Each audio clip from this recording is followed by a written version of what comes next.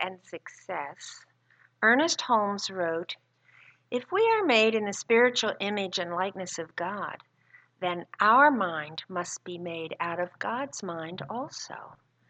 We must have the same power in our individualized lives that God has in the universal. If all things are created by the mind of God, including the children,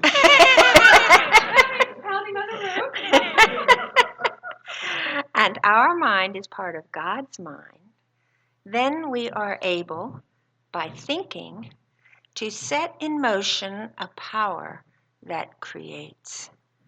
Of course, we do not create that power, neither do we coerce it. It is ours to use either rightly or wrongly." Please join me in setting this creative power in motion by speaking this affirmation. God is lavish, unfailing abundance, the rich, omnipresent substance of the universe. This all-providing source of infinite prosperity is individualized in me. As I create from this awareness, I astound myself by turning possibility into actuality over and over again. Thank you. Thank you, Nancy. It's my pleasure. Very nice. You read with such meaning. It's like I even get it on a deeper level. So this beautiful spiritual truth, and that actually is our focus this month, is astounding ourselves. It's the success principles, but astounding ourselves with the potential that we have within us simply by changing the direction of our thinking, of our thought.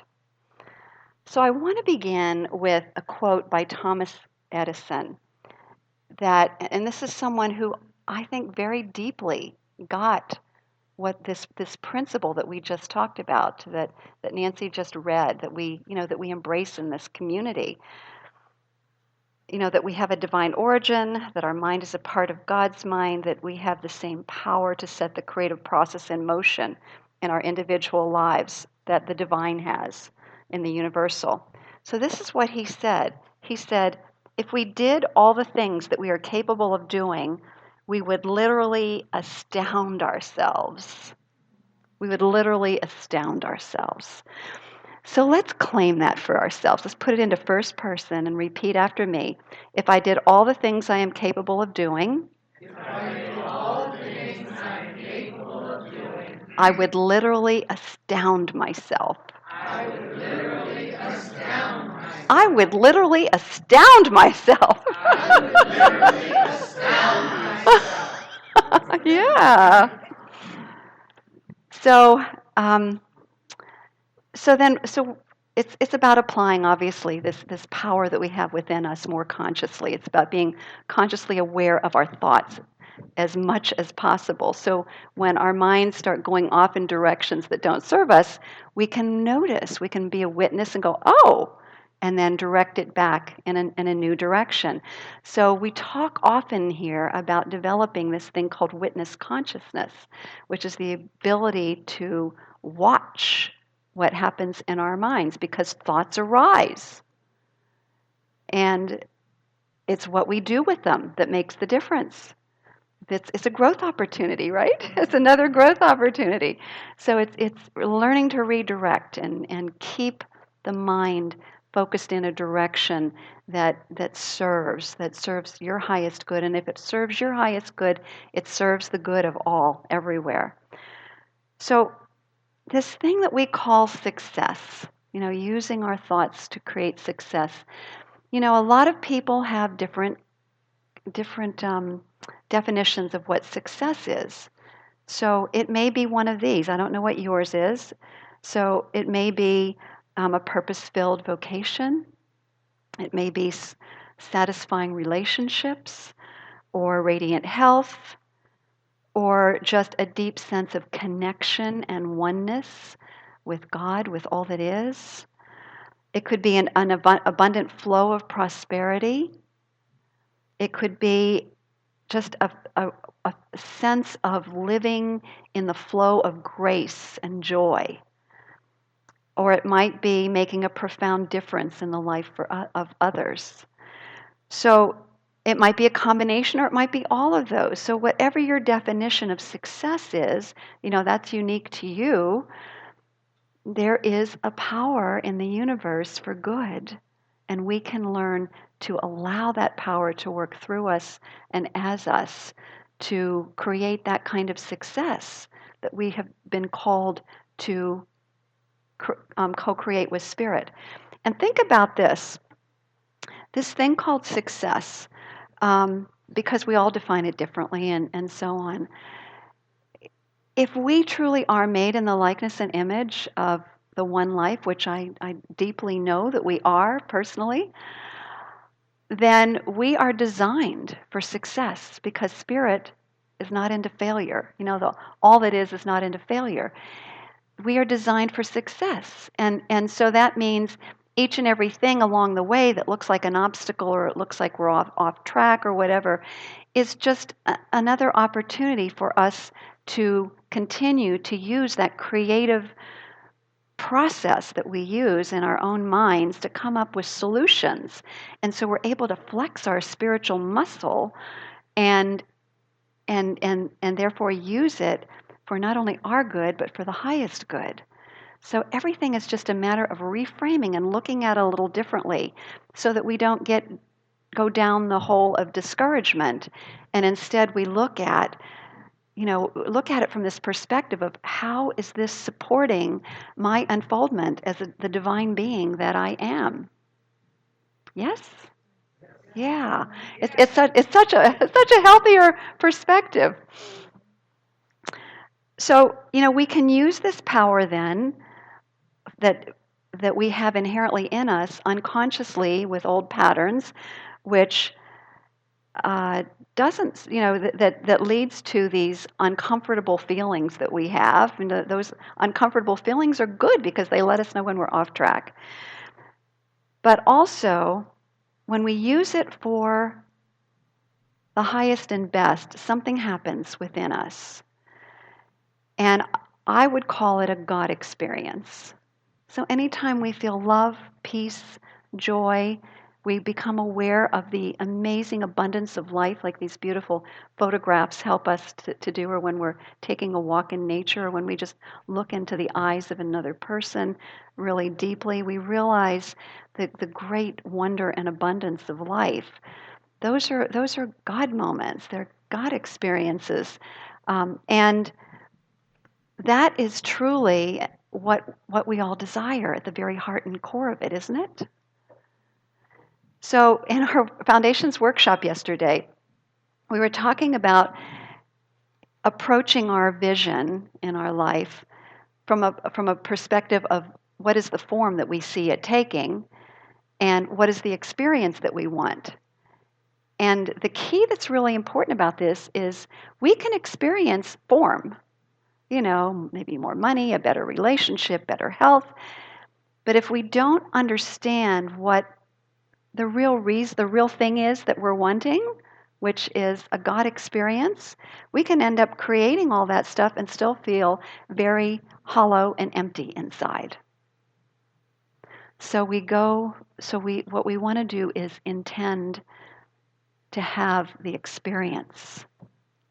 And whatever it is for you, love, peace, joy, harmony, abundance, grace, being in the flow, ease, whatever it might be, those are the things to really focus on. And often some of the spiritual teachers say, yeah, you can couple that with the form that you want, but it's always a good idea to say this or something better, because then that allows the universal law to produce something even beyond your imagination that is all part of that experience of unfolding. But remember, where does the experience originate? Within us.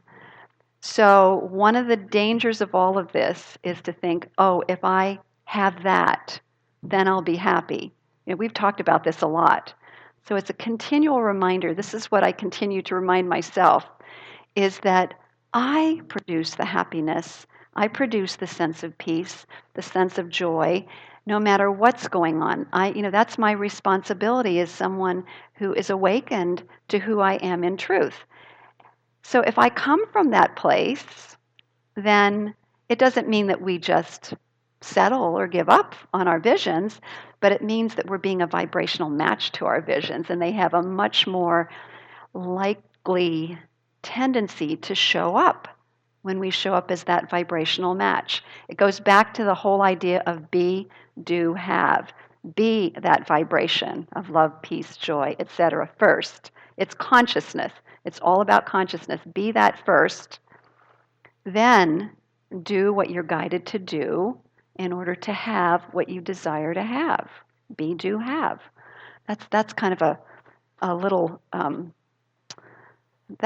that's from way back in the past too, isn't it? That's something we heard, those of us who've been in this teaching a long time ago, heard years ago, but it's a good reminder that it all begins in consciousness. That's the state of being that.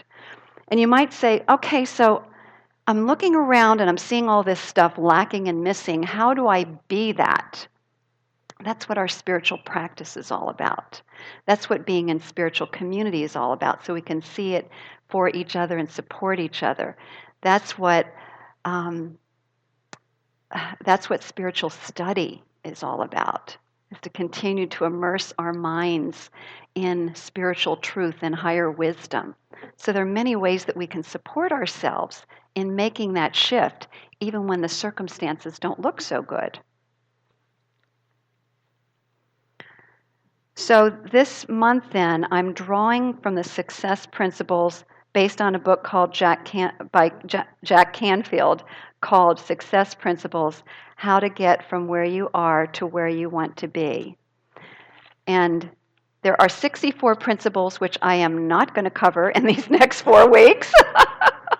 But I do want to cover some that are, I think, very key and powerful. And if you want to do more reading on your own, you're welcome to do that. But the first principle that he offers, that he feels is the foundation on which all the rest of them lay, is take 100% responsibility for your life. 100% responsibility for your life. So what does this thing called being 100% responsible mean? What does this mean?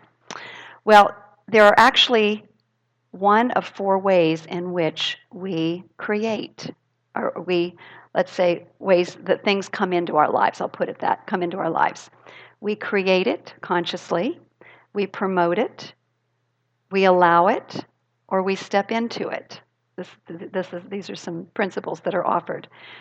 So no matter what the circumstance is, here's the key about what responsibility means. It means that we are responsible for how we respond. It means we have the ability to respond. So it's not about blaming ourselves. Oh, why am I in this circumstance? I must have done something horrible. No, that's not where we go. It is, how can I intelligently and wisely respond to what is in my life right now? That's what responsibility is. Okay? So there's a shift from what a lot of people think.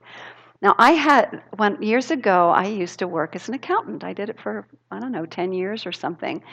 And I got a degree in psychology and couldn't find work. That's kind of what happened. And so I had an aptitude for math, and so I started working for different businesses in the accounting department. And my final accounting job was working for a firm called Wisman and Associates. And those of you who know John Wisman, he's the landlord of this building that we rent from.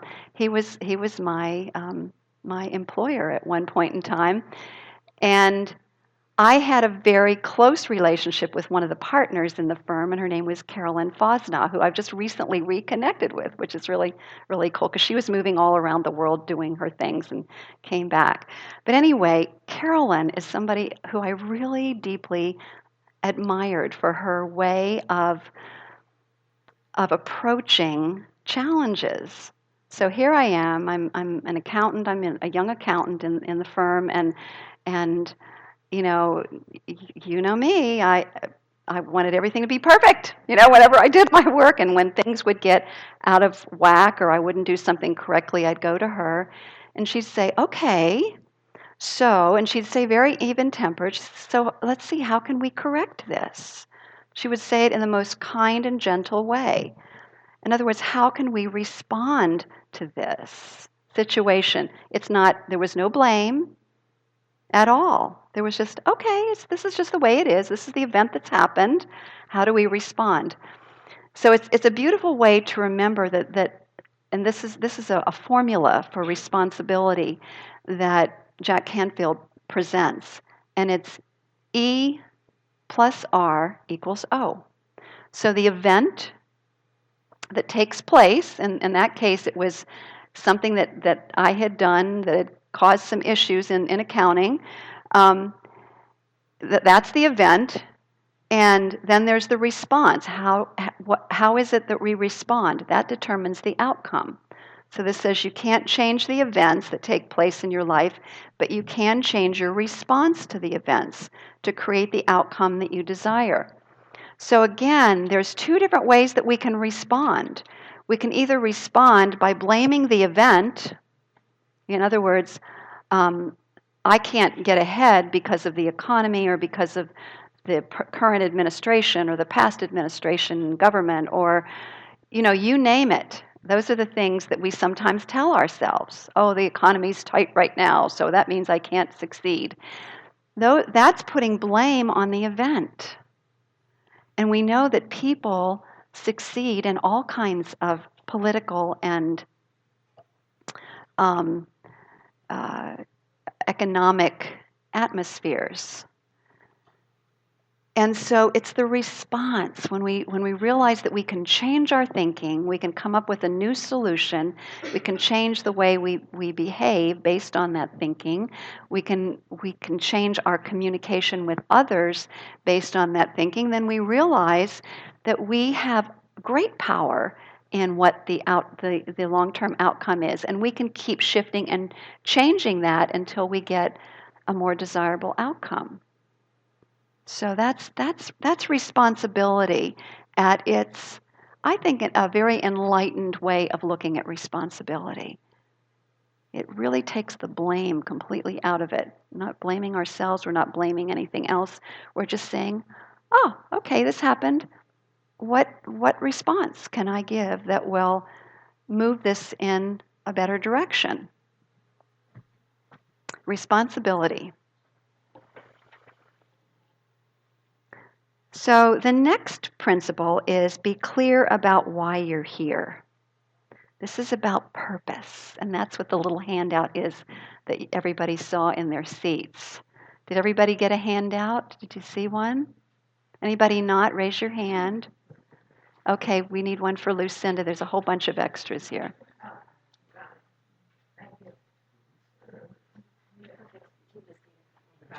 Okay.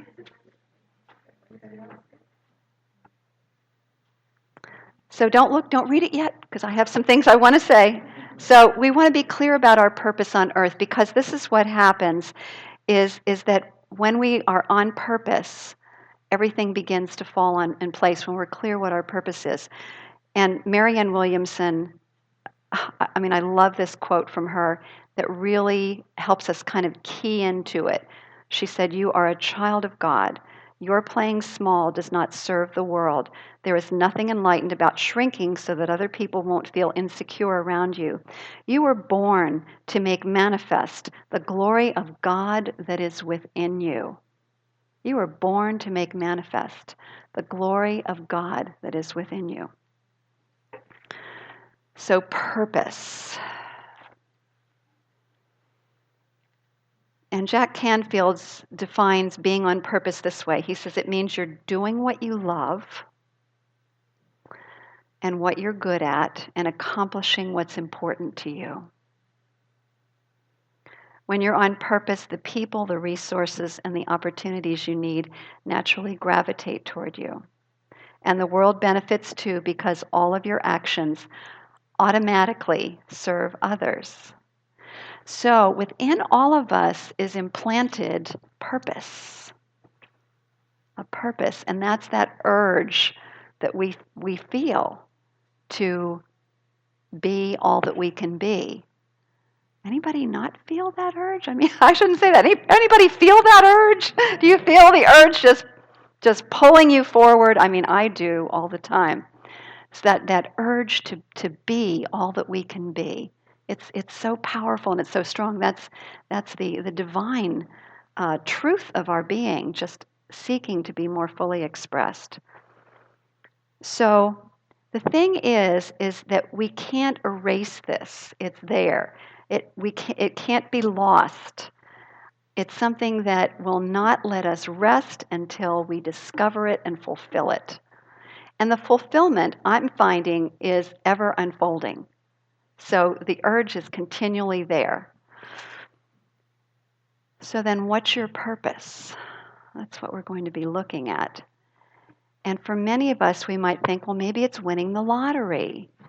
Or maybe it's being a CEO or saving the world or marrying a certain person.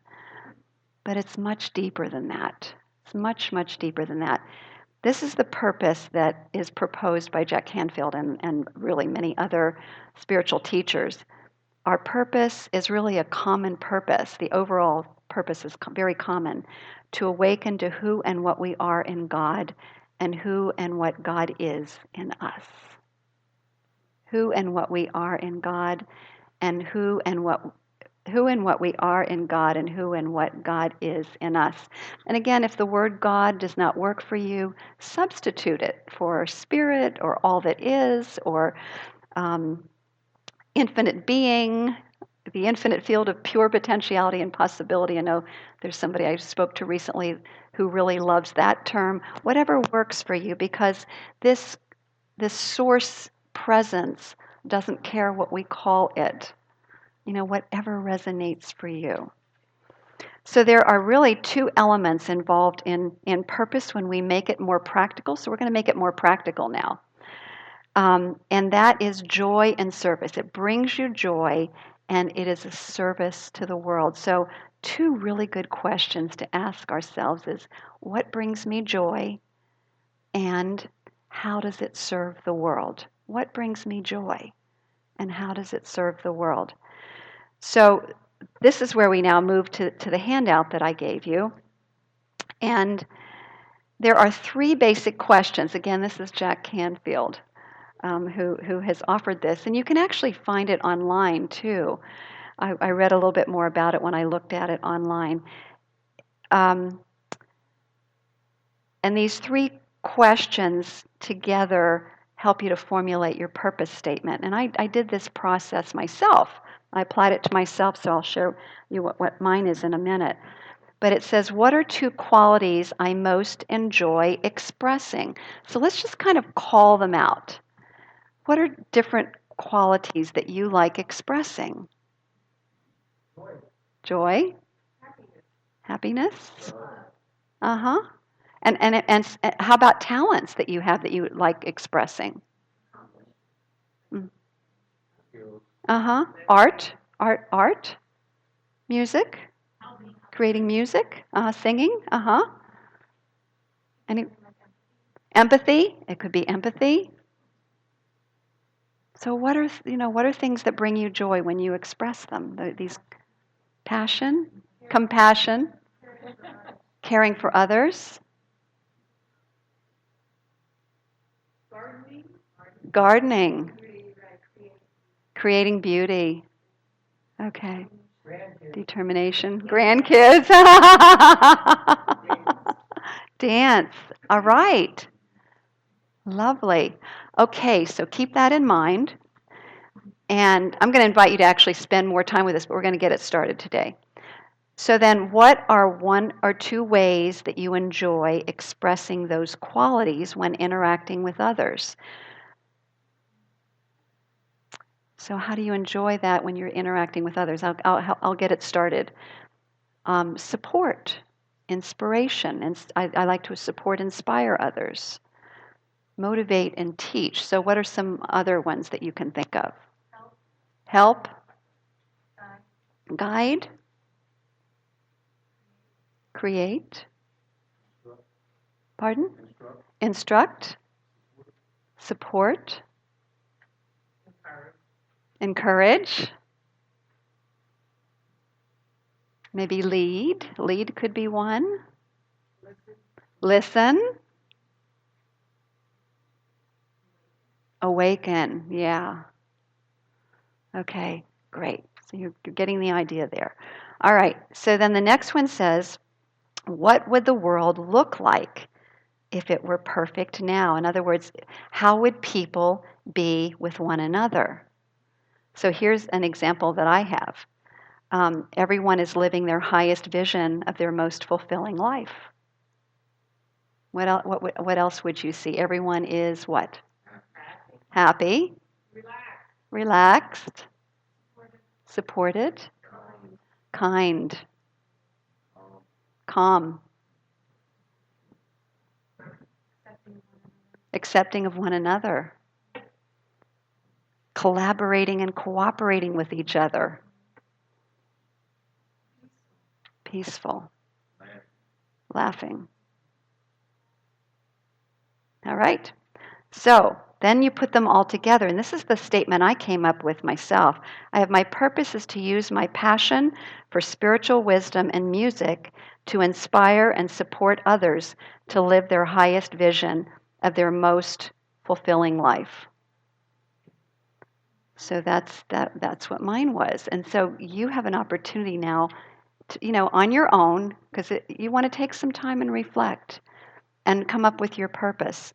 My understanding is that when we do get very clear on our purpose and actually post it someplace, we begin to line up with it more fully, more purposeful with our actions and our thoughts, and then everything begins to fall into place. So purpose is really powerful.